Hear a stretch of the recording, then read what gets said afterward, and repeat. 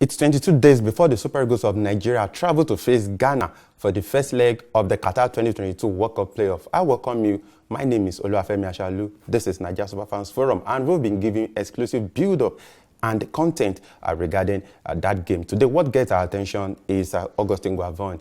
He said that Nigeria have good headache ahead of that game, meaning that he said he has a list of quality players to choose from. And he also said that the players are aware that they have a mountainous task ahead of them. Remember that he's been visiting the players in Europe and he just returned. So that is what we'll be looking at today. Kayode Ogundare, once again, thank you for coming through on the show. Sure, it's a pleasure. Okay, let's look at it.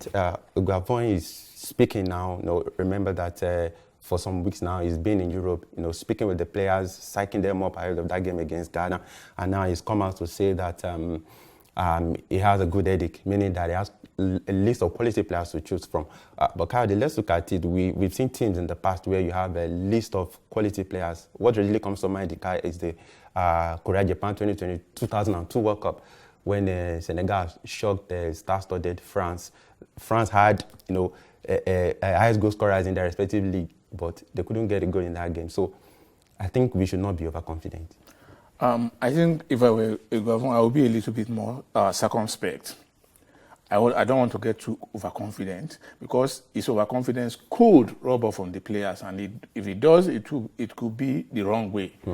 I also do not think it is respectful of the opponent to say things like that. Yes, you have to see, sports is about respect.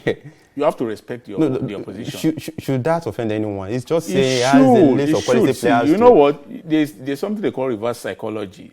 You're thinking you are trying to motivate your team. You are actually setting the other team up, because they will feel, you know what? If he thinks like this about us, let's go prove him wrong.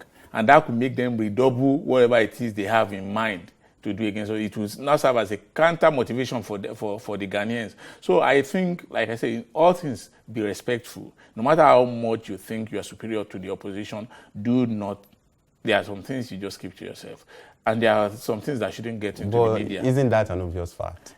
That what? That he has a list of quality players at his disposal. Well, if you're going down that lane, then results of our immediate past recent matches does not corroborate that fact.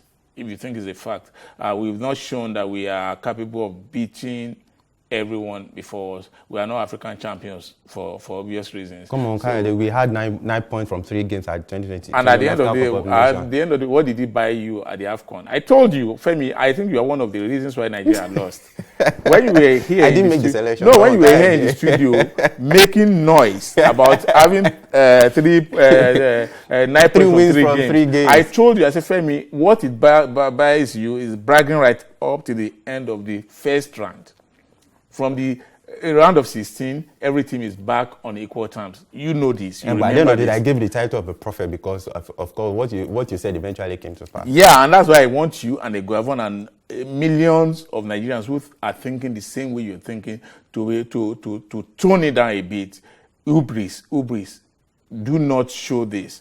No matter how good you think you are, this shouldn't be in the public space. When you're in the locker room with your players, you can tell them all you want to tell them to motivate them. But when you say this, especially 2-3 weeks, the way your players will get to hear it and read it, the Ghanaians will also get to hear it and read it, and it could serve as a motivation for them to want to prove you wrong. In fact, it's not cool. It will serve as a motivation for them. So it's not every time that the better team wins. You should know that. Mm-hmm. So even if you think you have the better players on paper, we've not done anything to show that we are actually better than the Ghanaians on the field of play. If you are better than them on paper, wait until the results bear you out before you start pruning, before you start making all of this noise. I will advise caution. I will advise that. And you know one other thing, it's in this climate, it's in Africa. I'm not trying to be disrespectful, but it's in Africa that you hear some of these things happen. You don't hear coaches in Europe say things like this against their opposition. No matter what, if Germany were to play Andorra, for example, you not hear the German coach, the Germany coach say he's better, he will be there, even though the Andorrans know that they will be whitewashed. You will never hear the Germany coach say we are going to beat them home and away.